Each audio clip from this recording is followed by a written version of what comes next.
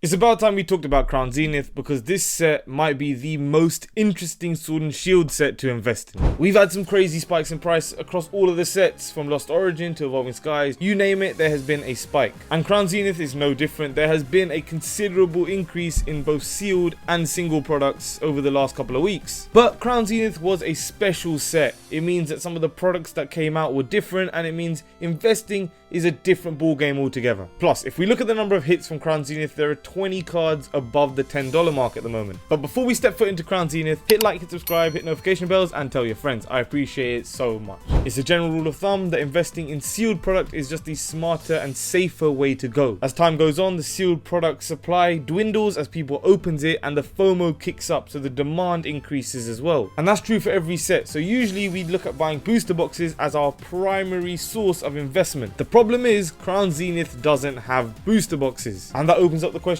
if we do invest in sealed product, which is the best product to go for? When looking at a specific sealed product, in my opinion, there are three different things we have to look at to see if it's a viable investment. The first one is pack selection. If we're looking at a collection box, if there's a good selection of packs, it's probably a good collection box to invest in. The second one is promo cards. From tins to blister packs, every single product except from booster boxes has a promo card. A good promo card could also mean a good investment. And lastly, there is the space to pack number ratio, i.e. how big is that sealed product compared to the number of packs you get inside. A really big box with hardly any packs inside is a lot worse than a smaller box with a lot of packs inside, because at the end of the day we have to store this somewhere. It's just a practical thing, but something to think about. In general, booster boxes are the best bang for your buck. They have 36 packs for a very small form factor. But Crown Zenith doesn't have booster boxes, so the next best thing would be booster bundles. Again, just 6 packs in a small form factor. But you guessed it, Crown Zenith doesn't have booster bundles. So the next best thing, well, that's between 4 or 5 different products, and each have their pros and cons for Crown Zenith specifically. First up, you have tins. They're cool to collect, but they're bulky and they take up a lot of space for just 4 or 5 packs. The thing is, at the moment they are still relatively affordable compared to other sealed products for Crown Zenith. Next up is the blisters, 3 packs, 1 pin, 1 promo in a very slim form factor. I'm not sure the collectability is there like a lot of the other products. Usually collection boxes are the worst product to buy for long hold investments. Some of them have been good if they have a good pack selection or a really good promo like we mentioned before, but you only get 4 or 5 packs for such a huge box, it just doesn't make sense. Except for in Crown Zenith they gave us an 11 pack collection box with a pin and a promo. That is way smarter to invest in because it takes up the same amount of space, but you get so many more packs. And the collection boxes are sitting at a very reasonable price at the moment, around $60, which means that each pack is less than $6. That's definitely worth it because I see Crown Zenith price per pack going above $10 in the future for how good this set is. And last up we have ETBs, definitely the most collectible out of the bunch. People do like to display them, and they have the best promos in my opinion, just generally across most products. That being said, you do get between 8 to 10 packs in these for a relatively decent sized box, which could take up a lot of space, and the rest of the stuff in there in my opinion is just junk. Nobody wants it. It's good to note that the ETB at the moment is still really affordable for what it is. For the collectability it has, it's sitting at about $55 to $60. That is not bad at all. And overall I think the ETBs or the collection boxes are the best choices for the reasons I mentioned. However, the prices, as we've seen from the graphs, for sealed product for Crown Zenith have been going up drastically, and to be honest they may stagnate, but I don't see them coming down at all. So if you don't buy now, I think it might get too late for investment purposes. Now of course down the line it's just going to grow and grow and grow as supply decreases and demand increases. But I'm interested to know what you guys think. What do you think is the best sealed product from Crown Zenith? There is the alternative, which is singles investing. So now we're actually going to do a deep dive into a bunch of these singles and see the best way to invest in them. As you can see across the board, from the Giratina to the Mewtwo to the legendary dogs, pretty much all of these cards had an increase over the last month. But then there's been a slight decrease. Now there may be a point of stagnation, maybe fluctuation, but I don't see them coming any lower than this. I think because of the lack of supply, they just go up in price. So it's definitely a great point now to buy at the trough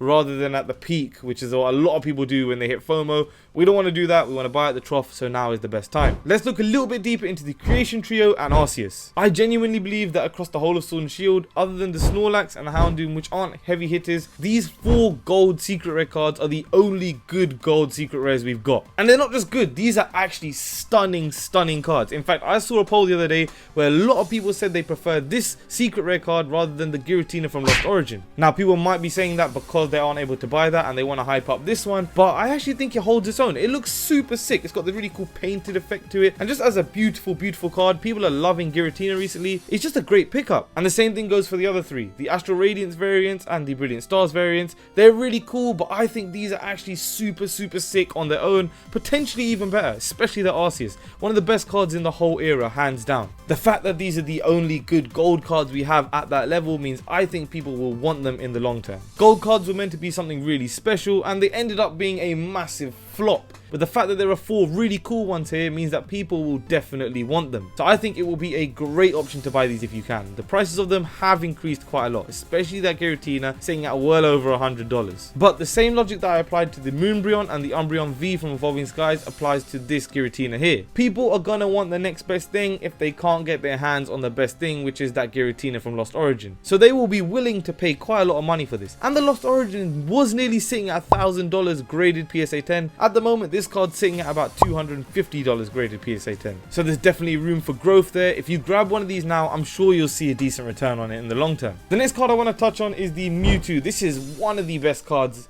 we've seen ever, one of the best Mewtwo cards ever. Other than Hidden Fates, I think this might be the best. For the Mewtwo specifically, there is a really large gap between the raw price and the PSA 10 graded price. Raw is between $70 and $80 at the moment, whereas the PSA 10 version is between $170 and $190. If you're able to do a bulk submission or even just a one-off submission or submit with friends and you find a Mewtwo that you think is going to get a PSA 10, I would 100% grab that and send it off to PSA. Buying raw and then grading is a great option when it comes to investing, but only if you know what you're looking for and if you're sure it's going to get PSA 10. Plus, if you have a bulk submission, it's much more in your favor. And lastly, I want to touch on the legendary dogs, which have, in my opinion, the best artwork that we've ever seen for legendary dogs. The only ones that come remotely close, and it's because of nostalgia factor, are those Neo ones. And because of that, I think a lot of people are going to want these cards in their collection and will be willing to pay a good amount of money for these cards in their collection. And to make things even better, these cards right now are actually really affordable, sitting at around $30 each raw and around $70 each graded. If you can get PSA 10s across the board for all of them, they will go up. That's my belief anyway, and I've already bought the PSA 10 set ready for that increase in price. So those were just a few of the cards that I wanted to touch on specifically from Crown Zenith, but there are so many cards we could have touched on. The Leafeon, the Glaceon, the Darkrai, the Deoxys, so many cool cards in this set, and they're all fan favorites. The only thing this set is lacking compared to some of the other sets is that $300 chase card. But you know, with time, I think you're going to see that the Giratina and potentially even the Arceus gets to that level. So Crown Zenith is definitely a set worth investing in. I always used to think Lost Origin was the second best set after Evolving Skies from Sword and Shield, but I'm beginning to think that Crown Zenith takes that spot. And with that, we reach the end of the video. I hope you guys enjoyed this analysis of Crown Zenith, one of my favorite sets from the whole of Sword and Shield, and definitely one to invest in now. Let me know down below what cards you guys are investing in from Crown Zenith. If you got this far into the video, hit like, hit subscribe, tell your friends, and hit notifications. I appreciate your support so much. And until next time, invest in some Crown Zenith.